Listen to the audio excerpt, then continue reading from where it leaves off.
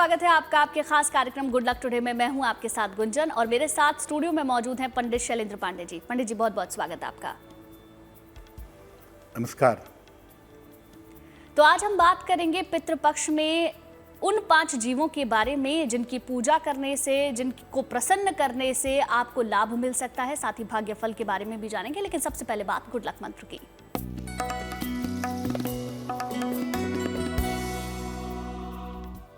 अपने पूर्वजों की आत्मा की शांति के लिए नियमित रूप से गाय और कुत्ते की सेवा करनी चाहिए। ऐसा नहीं है कि केवल पितृपक्ष में ही आप गाय और कुत्ते की सेवा करें। इसके अलावा सामान्य दिनों में भी अगर आप अपने गाय और कुत्ते की सेवा करते हैं तो निश्चित रूप से आपके पूर्वज, आपके पितृ प्रसन्न होते हैं और उनका आशीर्वाद आपको प्राप्त होता है। और चलिए अब जानेंगे आज के पंचांग के बारे में। तो 4 अक्टूबर 2023 का पंचांग क्या है, बताएं पंडित जी।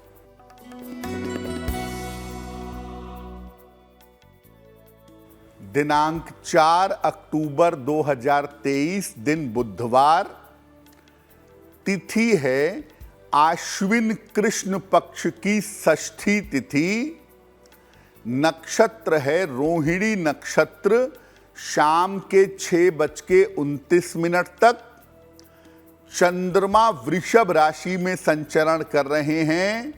राहु काल का समय दोपहर 12 बजे से 1:30 तक।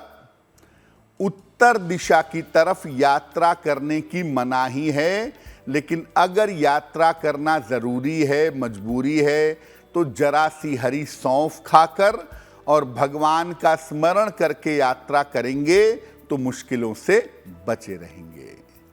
पंडित जी, पितरों से पशु पक्षियों का क्या कोई संबंध होता है, और अगर होता है तो कैसे उनको प्रसन्न किया जा सकता है? जी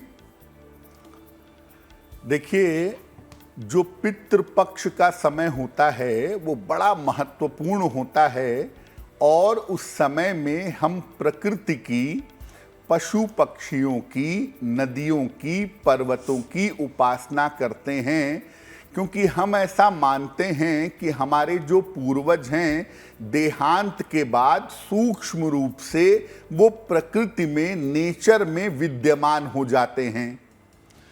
आपके पितरों से पशु पक्षियों का क्या संबंध है? ऐसा माना जाता है कि पितृपक्ष में हमारे पितृ, हमारे पूर्वज धरती पर आकर हमें आशीर्वाद देते हैं। ये पितृ पशु पक्षियों के माध्यम से हमारे निकट आते हैं, हमारे पास आते हैं। जिन जीवों और पशु पक्षियों के माध्यम से पितृ आहार ग्रहण करते हैं सूक्ष्म रूप से, वो हैं गाय, कुत्ता, कौवा और चींटी। श्राद्ध के समय इनके लिए भी आहार का एक अंश निकाला जाता है, तभी जाकर श्राद्ध कर्म पूर्ण होता है। श्राद्ध करते समय पितरों को अर्पित करने वाले भोजन के 5 अंश निकाले जाते हैं। गाय के लिए, कुत्ते के लिए, चींटियों के लिए, कौवे के लिए और देवताओं के लिए 5 जगह पर भोजन के अंश निकाले जाते हैं। इन 5 अंशों को जब हम अर्पित करते हैं, अर्पण करते हैं, तो इनको पंच बलि कहा जाता है। पंच बलि का मतलब ये नहीं है कि 5 लोगों की जान लेना या 5 तरह की बलि देना। 5 जगह पर आहार का अलग अलग हिस्सा निकालना और उनको ग्रहण करने के लिए देना, इसको पंच बलि कहा जाता है, जो श्राद्ध के समय करना बहुत आवश्यक होता है।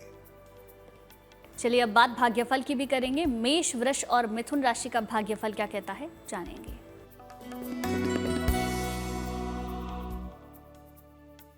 मेष राशि, धन लाभ के योग आपके लिए बन रहे हैं। पारिवारिक समस्याएं आपकी हल होंगी। स्वास्थ्य आपका लगातार बेहतर होता चला जाएगा। किसी निर्धन व्यक्ति को अगर धन का दान कर दें तो आपका दिन और भी ज्यादा बेहतर होगा। शुभ रंग होगा नीला और भाग्य का मीटर आपको नंबर दे रहा है 80%। बहुत अच्छा भाग्य आपके साथ बना हुआ है।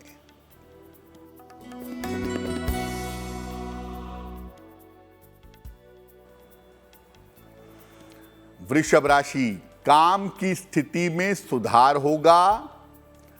पारिवारिक चिंताएं आपकी हल होंगी। महत्वपूर्ण काम इस समय आपका बन जाएगा। भगवान गणेश की अगर आप उपासना करें तो आपका दिन और भी ज्यादा बेहतर होगा। शुभ रंग होगा आसमानी और भाग्य का मीटर आपको नंबर दे रहा है 90%। सबसे ज्यादा भाग्य आपके साथ बना हुआ है।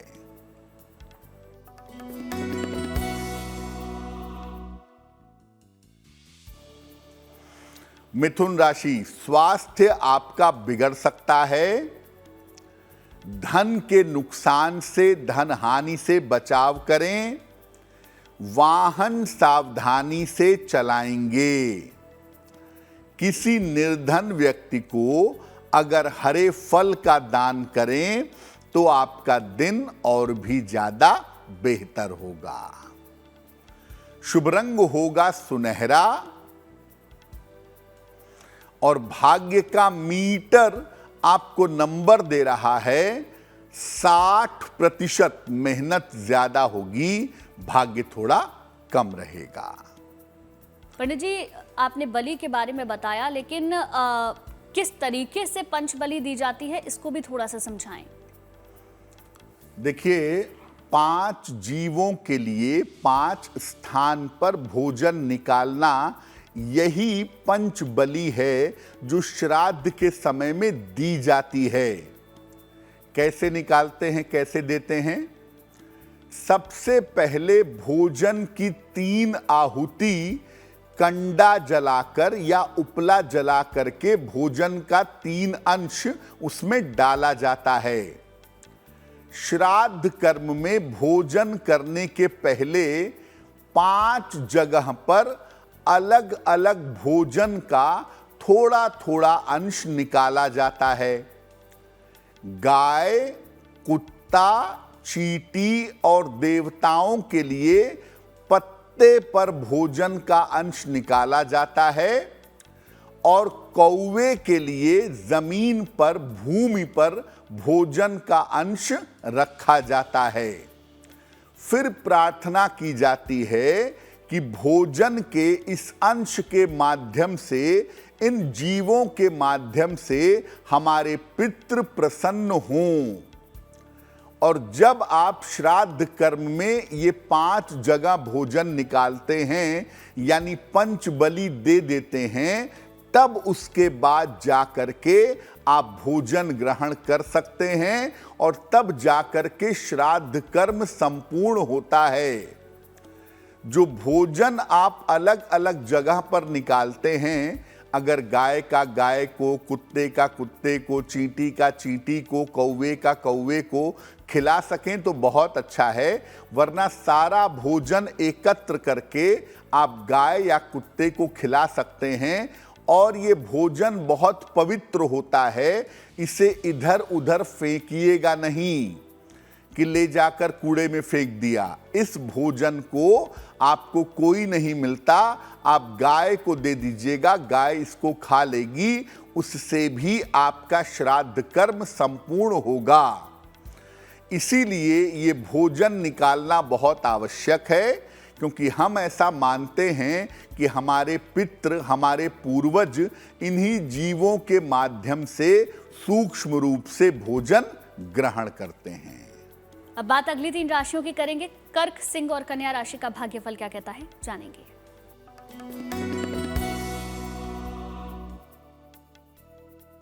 कर्क राशि, करियर के मामले में सफलता मिलने का समय दिख रहा है। रुका हुआ धन आपको प्राप्त होगा। यात्रा के योग आपके लिए बन रहे हैं। किसी निर्धन व्यक्ति को अगर धन का दान कर दें तो आपका दिन और भी ज्यादा बेहतर होगा। शुभ रंग होगा लाल और भाग्य का मीटर आपको नंबर दे रहा है 70% मध्यम भाग्य आपके साथ बना हुआ है।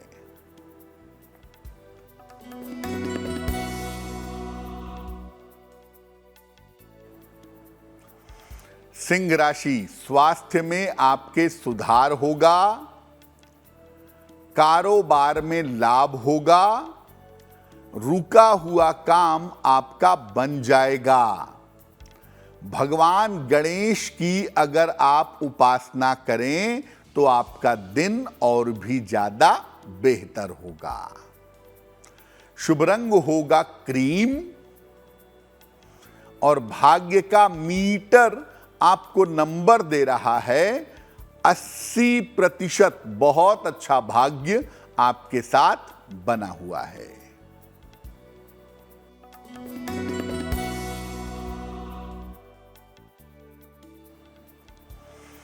कन्या राशि, स्वास्थ्य में आपके सुधार होगा। रुके हुए तमाम काम आपके पूरे होंगे।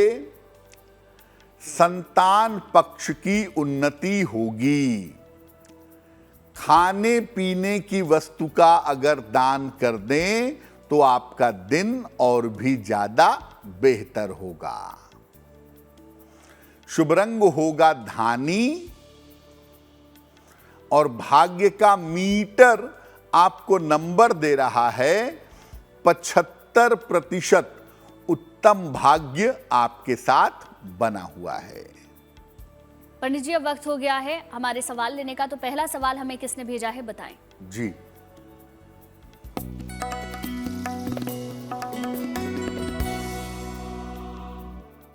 आज का पहला प्रश्न हमें गायत्री जी ने लिखा है और गायत्री जी हमें प्रयागराज से मेल लिखती हैं।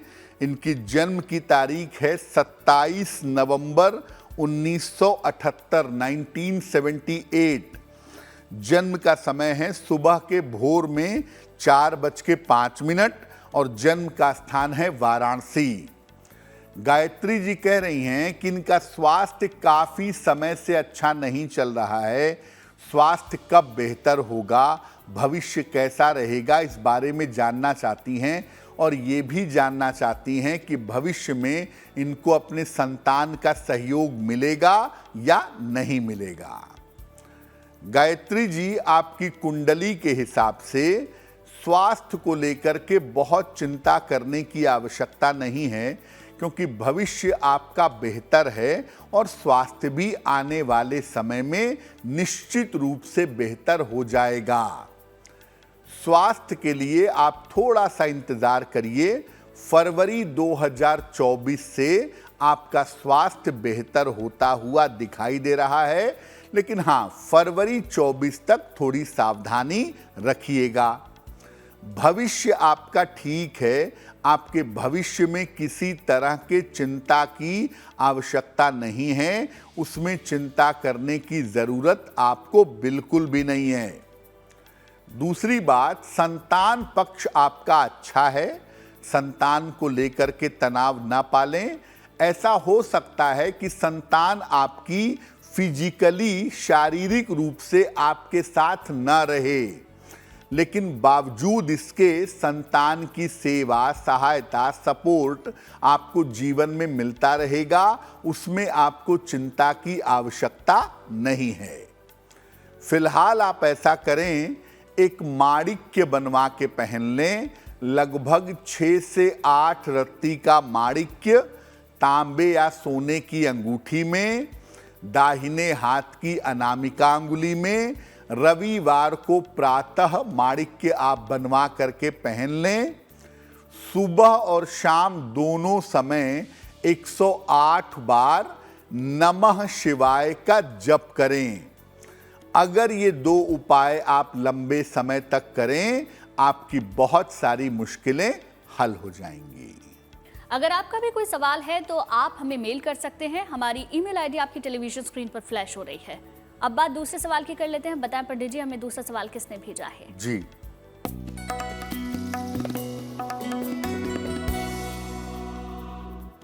अगला प्रश्न हमें दीपक जी ने लिखा है और दीपक जी हमें गुजरात से मेल लिखते हैं। इनकी जन्म की तारीख है 11 मार्च 1982। जन्म का समय है शाम को 7:10 और जन्म का स्थान है सूरत, गुजरात। दीपक जी कह रहे हैं कि मैं अभी एक साधारण नौकरी कर रहा हूं, मेरी नौकरी में उन्नति कब होगी? क्या मैं अपना करियर बनाने और जीवन को बेहतर करने के लिए विदेश जा सकता हूं? उसकी संभावना क्या है और भविष्य में मेरी आर्थिक स्थिति कैसी रहेगी? दीपक जी, आपकी कुंडली के हिसाब से अगर आप थोड़ा भी प्रयत्न करें तो आप अपनी नौकरी में अक्टूबर के बाद, यानी इस महीने के बाद आप परिवर्तन कर पाएंगे।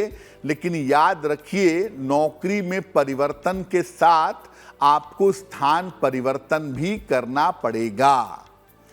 अगर आप विदेश जाना चाहते हैं और विदेश में जाकर एक बढ़िया कैरियर बनाना चाहते हैं तो उसके लिए आप अप्रैल 2024 के बाद प्रयत्न करिएगा। अगर आप अप्रैल 24 के बाद प्रयत्न करते हैं तो वो आपके लिए बहुत ज़्यादा बेहतर होगा, बहुत ज़्यादा लाभकारी होगा। आपकी कुंडली में स्वास्थ्य की स्थिति अच्छी नहीं दिख रही है तो स्वास्थ्य को लेकर के लापरवाही नहीं करेंगे और वाहन चलाने में हमेशा सावधानी रखेंगे। एक पन्ना बनवा करके पहन लें, लगभग 6-7 रत्ती का पन्ना, चांदी की अंगूठी में, दाहिने हाथ की सबसे छोटी उंगली में।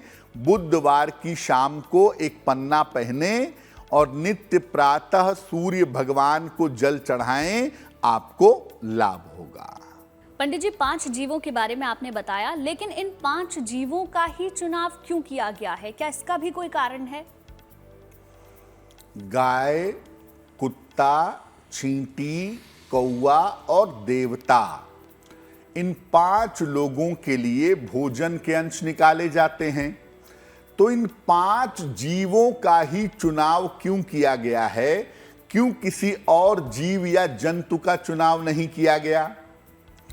देखिए, कुत्ता जो है वो जल तत्व का प्रतीक है, वाटर एलिमेंट का प्रतीक है। चींटी अग्नि तत्व का प्रतीक है। कौवा वायु तत्व का प्रतीक है।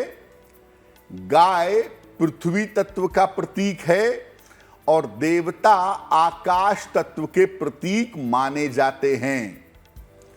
तो 5 तत्व से ये सृष्टि बनी हुई है। इस प्रकार इन 5 को आहार दे करके हम 5 तत्वों के प्रति अपना आभार व्यक्त करते हैं। यानी 5 तत्व का ये शरीर है और जो हमारे पितृ होते हैं सूक्ष्म रूप में, उनके अंदर पृथ्वी तत्व नहीं होता। तो आप 5 तत्वों की पूजा करके, 5 तत्वों का आभार व्यक्त करके अपने पूर्वजों की आत्मा को शांति पहुंचाते हैं और प्रकृति के 5 तत्वों का आभार व्यक्त करते हैं। ये जो 5 तत्व हैं, ये केवल गाय में एक साथ पाए जाते हैं। गाय के अंदर 5 के 5 तत्व पाए जाते हैं, इसलिए पितृपक्ष में गाय की सेवा विशेष फलदायी होती है। पितृपक्ष में अगर आप केवल गाय की सेवा भी कर दें तो उससे भी आपके पितरों को तृप्ति मिलेगी। केवल आप पितृपक्ष में नियमित रूप से गाय को चारा खिलाएं और गाय की सेवा करें तो इससे पितरों को तृप्ति मिलेगी, साथ ही साथ आपका श्राद्ध कर्म भी संपूर्ण होगा। यानी अगर आप गाय को चारा खिलाते हैं, गाय की देखभाल करते हैं पितृपक्ष में, तो इससे आपके पितरों की आत्मा को शांति मिलेगी। हो सकता है श्राद्ध करने के लिए आपके पास धन ना हो सकता है कि श्राद्ध करने के लिए आपकी सामर्थ्य ना हो। ऐसी स्थिति में शास्त्र कहता है कि गाय को हरा चारा खिला करके और अपने पूर्वजों का स्मरण करने से आपका श्राद्ध कर्म निश्चित रूप से संपूर्ण होगा। चलिए अब बात कर लेते हैं अगली 3 राशियों के बारे में। तो तुला, वृश्चिक और धनु राशि का भाग्यफल क्या कहता है, जानेंगे।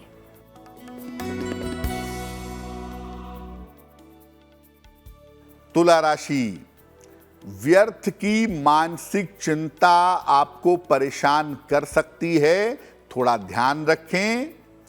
स्वास्थ्य इसी चक्कर में बिगड़ भी सकता है। महत्वपूर्ण काम इस समय बीच में रुक सकता है। किसी निर्धन व्यक्ति को हरे फल का दान कर दें तो आपका दिन कुछ हद तक बेहतर होगा। शुभ रंग होगा सफेद और भाग्य का मीटर आपको नंबर दे रहा है 60%। मेहनत ज्यादा होगी, भाग्य थोड़ा कम रहेगा।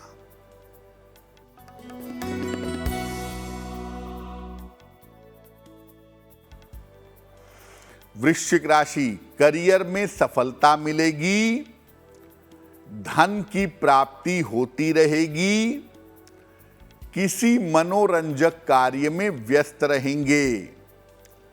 किसी निर्धन व्यक्ति को अगर धन का दान कर दें तो आपका दिन और भी ज्यादा बेहतर होगा। शुभ रंग होगा गुलाबी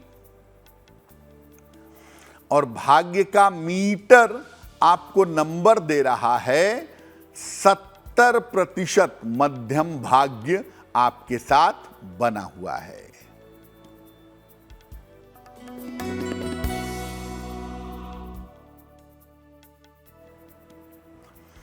धनु राशि, काम की अधिकता रहेगी, स्थान परिवर्तन आपका हो सकता है, करियर की स्थिति कुल मिलाकर ठीक रहेगी। खाने पीने की वस्तु का अगर दान कर दें तो आपका दिन और भी ज्यादा बेहतर होगा। शुभ रंग होगा हरा और भाग्य का मीटर आपको नंबर दे रहा है 65%। जितनी मेहनत करेंगे उतना ही आपको लाभ होगा। पंडित जी, किस प्रकार केवल गाय की सेवा करके हमें पितरों का आशीर्वाद मिल सकता है, बताएं। जैसा आपको पहले बताया कि गाय के अंदर 5 तत्व पाए जाते हैं और गाय की सेवा करने से पितरों की आत्मा को शांति मिलती है। और ये बड़ा महत्वपूर्ण है कि आप पितृपक्ष में गाय की सेवा जरूर करें। किस प्रकार सेवा करें कि पितरों का आशीर्वाद मिले? पितृपक्ष में गाय की सेवा से पितरों को मुक्ति और मोक्ष मिलता है। हालांकि देखिए, मुक्ति मोक्ष एक बहुत बड़ी शब्दावली है, बहुत बड़ी अवस्था है आध्यात्म की, लेकिन ऐसा मानते हैं कि अगर गाय की सेवा की जाए, पितरों के लिए प्रार्थना की जाए तो उनको शांति मिलती है। साथ ही साथ अगर गाय को चारा खिलाया जाए, गाय को पानी पिलाया जाए तो वो ब्राह्मण भोज के बराबर या निर्धनों को भोजन कराने के बराबर होता है। पितृपक्ष में अगर पंचगव्य का प्रयोग किया जाए तो ऐसा मानते हैं कि पितृदोष से मुक्ति मिलती है। दूध, दही, मक्खन, गोमूत्र और गोमय यानी गोबर। तो पहले जमाने में कच्चे मकान होते थे तो लोग गोबर से घर की सफाई करते थे, गोबर से फर्श को लीपते थे, गोमूत्र का छिड़काव करते थे और भोजन में दूध, दही और मक्खन का प्रयोग करते थे। तो हम ये नहीं कहेंगे कि आप गोबर से सफाई करिए, लेकिन हाँ, दूध, दही और मक्खन का प्रयोग करिए, ये भोजन में शामिल करिए, पितरों के लिए इसका दान करिए, तो इससे निश्चित रूप से लाभ होगा। देखिए, पितृदोष और कुछ नहीं होता, राहु की अलग अलग नकारात्मक स्थितियां होती हैं जिनको पितृदोष कहा जाता है, और राहु की समस्याओं के निवारण के लिए अपने पूर्वजों को याद करना या उनकी सेवा करना या उनका दान करना उनके लिए बड़ा अच्छा होता है। साथ ही साथ पितृपक्ष में अगर आप गौदान करते हैं, गाय का दान करते हैं, संकल्प से करें या वास्तव में करें, तो हर तरह के ऋण से और हर तरह के कर्म से आपको मुक्ति मिल सकती है। तो मोटे तौर पे पितृपक्ष में आप एक नियम बना लें कि रोज एक रोटी गाय को देंगे या नियमित रूप से गाय को हरा चारा खिलाएंगे, उसको जल पिलाएंगे और अपने पूर्वजों की आत्मा की शांति की प्रार्थना करेंगे। तो अगर आप ऐसा पितृपक्ष में कर सकते हैं या कर पाते हैं तो ये बड़ा ही कल्याणकारी होगा, बड़ा ही मंगलमय होगा और इससे आपके पूर्वजों की आत्मा को शांति मिलेगी। चलिए, अब वक्त हो गया है आखिरी 3 राशियों के बारे में बात करने का। मकर, कुंभ और मीन राशि का भाग्यफल क्या कहता है, जानेंगे।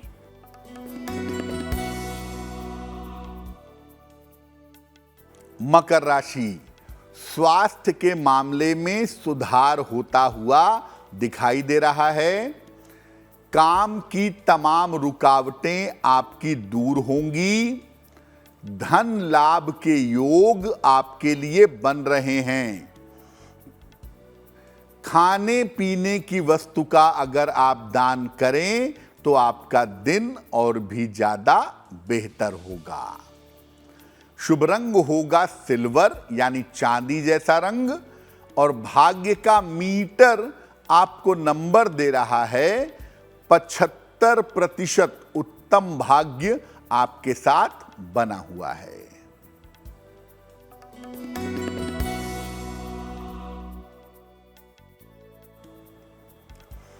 कुंभ राशि, स्वास्थ्य आपका बिगड़ सकता है। व्यर्थ के विवाद हो सकते हैं। महत्वपूर्ण काम अभी कुछ दिनों के लिए टाल दीजिए।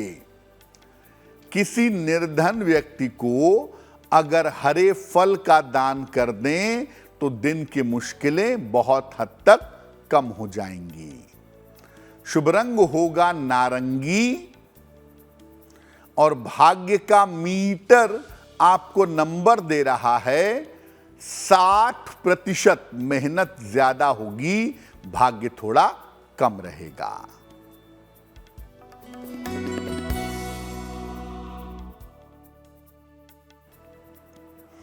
मीन राशि, करियर में नए अवसर आपको प्राप्त होंगे। धन लाभ के योग आपके लिए बन रहे हैं। इस समय दौड़ भाग काफी रहेगी। किसी निर्धन व्यक्ति को अगर धन का दान कर दें तो आपका दिन और भी ज्यादा बेहतर होगा। शुभ रंग होगा पीला और भाग्य का मीटर आपको नंबर दे रहा है 70%। मध्यम भाग्य आपके साथ बना हुआ है। पंडित जी, अब बात आज के तीसरे सवाल की कर लेते हैं। हमें तीसरा सवाल किसने भेजा है, बताएं। जी,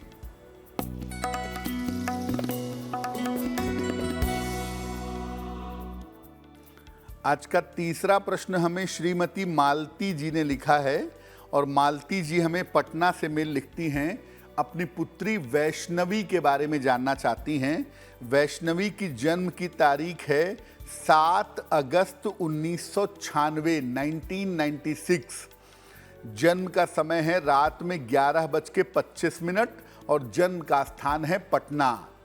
ये कह रही हैं कि इनकी पुत्री सरकारी नौकरी की गवर्नमेंट जॉब की तैयारी कर रही हैं। गवर्नमेंट जॉब की संभावनाएं क्या बनती हैं और पुत्री का भविष्य कैसा रहेगा। देखिए, आपकी पुत्री वैष्णवी की जो कुंडली बनती है, उस कुंडली के आधार पर उसे बिहार पीसीएस की या सरकारी सेवाओं की तैयारी करनी चाहिए। निश्चित रूप से उनको सफलता मिलेगी और 2024-25 का समय उनके लिए बहुत अच्छा है। इस समय में सफलता मिलने की संभावनाएं ज़्यादा हैं। आपकी पुत्री का भविष्य उज्जवल है। विवाह में थोड़ा विलंब हो सकता है। विवाह हो सकता है उम्र के 30-31 वर्ष तक चला जाए, लेकिन करियर इनका पहले शुरू होगा और करियर बहुत अच्छा दिखाई दे रहा है। भविष्य इनका उज्जवल है। उसमें ज्योतिष के हिसाब से किसी तरह की कोई समस्या या किसी तरह की कोई दिक्कत नहीं है। क्या उपाय करना चाहिए? अपनी पुत्री को बोलिए कि वो रोज सुबह सूर्य भगवान को जल चढ़ाएंगी। सुबह के समय एक बार आदित्य हृदय स्तोत्र का पाठ करेंगी और एक पन्ना बनवा करके उनको पहनाइए। लगभग 6 से 8 रत्ती का पन्ना चांदी की अंगूठी में, दाहिने हाथ की सबसे छोटी उंगली में, बुधवार की शाम को पन्ना पहनाने से लाभ होगा। अगर आपका भी कोई सवाल है तो आप हमें मेल कर सकते हैं। हमारी ईमेल आईडी आपके टेलीविजन स्क्रीन पर फ्लैश हो रही है। पंडित जी, आज का आखिरी और चौथा सवाल हमें किसने भेजा है, बताएं। जी,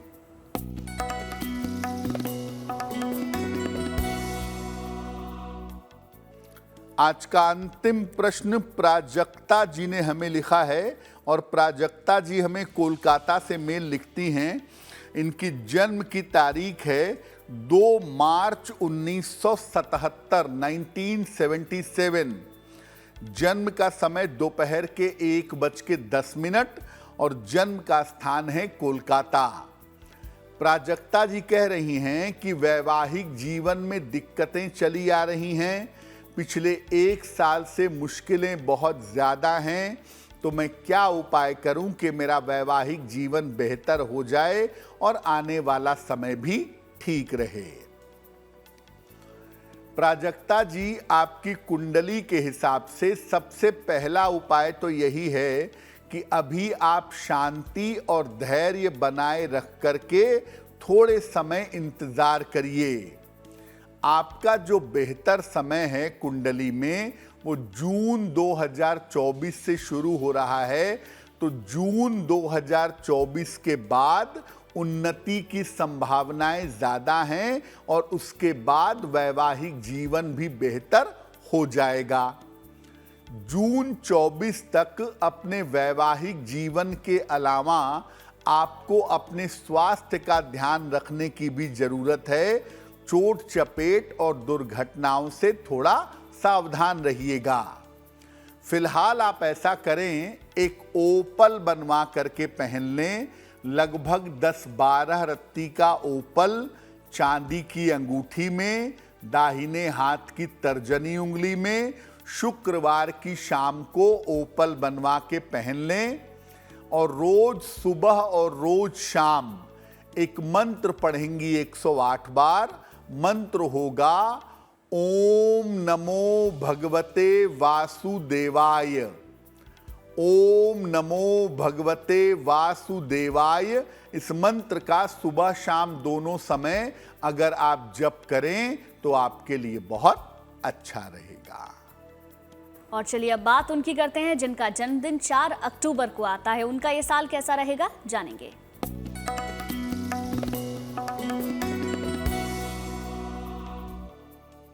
जिन लोगों का जन्मदिन 4 अक्टूबर को है, उन्हें हम सबकी तरफ से जन्मदिन की हार्दिक शुभकामनाएं।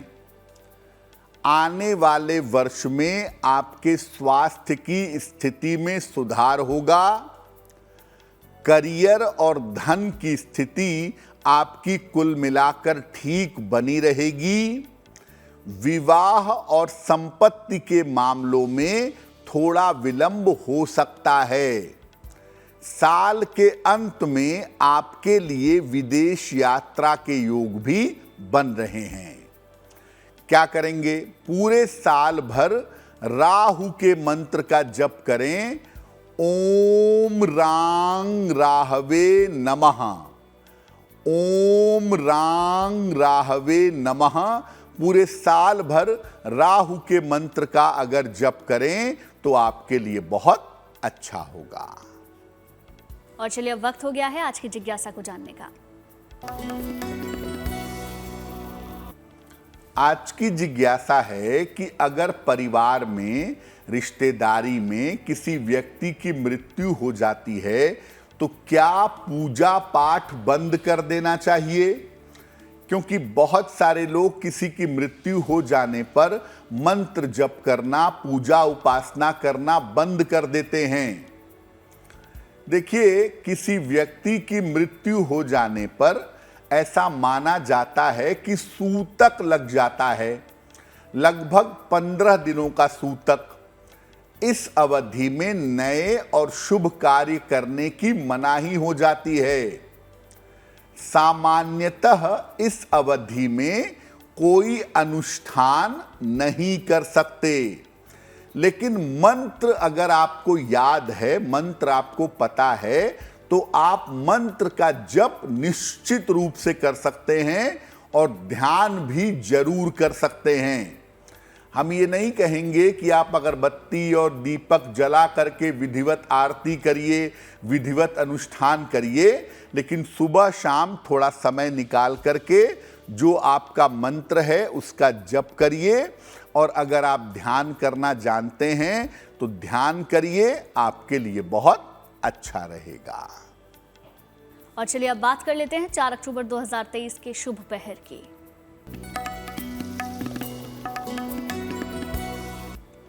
बात करते हैं शुभ पहर की। दिनांक 4 अक्टूबर 2023 दिन बुधवार। शुभ पहर का समय है शाम को 7:30 से रात के 9 बजे तक। इस समय में किसी निर्धन व्यक्ति को अन्न का या भोजन का दान करें। हर तरह के दुर्घटना से निश्चित रूप से आपकी रक्षा होगी, लेकिन करेंगे शुभ पहर में ही। दिनांक 4 अक्टूबर बुधवार शाम को 7:30 से रात के 9 बजे के बीच में। और चलिए अब बात करेंगे आज की गुड लक राशि की।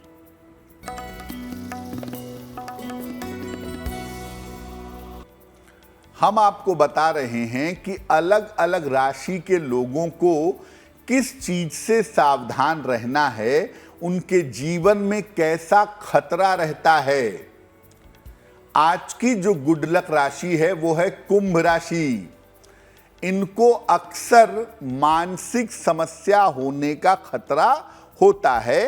मन की बीमारियां, डिप्रेशन जैसी समस्या इनको जल्दी हो जाती है। साथ ही साथ इनका आलस्य भी इनको काफी नुकसान करता है, काफी दिक्कतों में डालता है।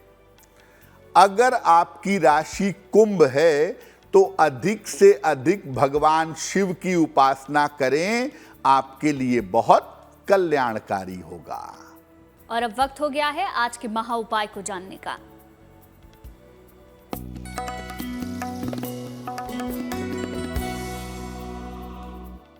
अगर आपकी संतान को संतान नहीं हो पा रही हो, आपकी बेटी को संतान ना हो पा रही हो, आपके बेटे को संतान ना हो पा रही हो, तो क्या करेंगे?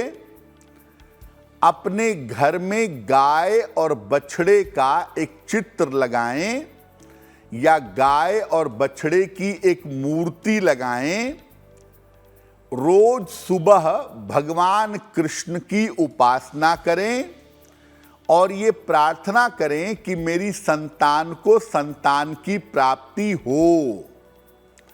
और घर के अंदर गमले में या जमीन में दूब घास अवश्य लगा लें।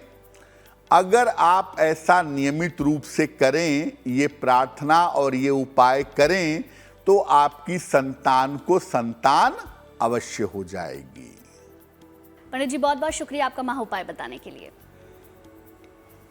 धन्यवाद। चलिए, फिर होगी आपसे मुलाकात आपके इस खास कार्यक्रम में, लेकिन तब तक के लिए आप देखते रहिए गुड न्यूज टुडे।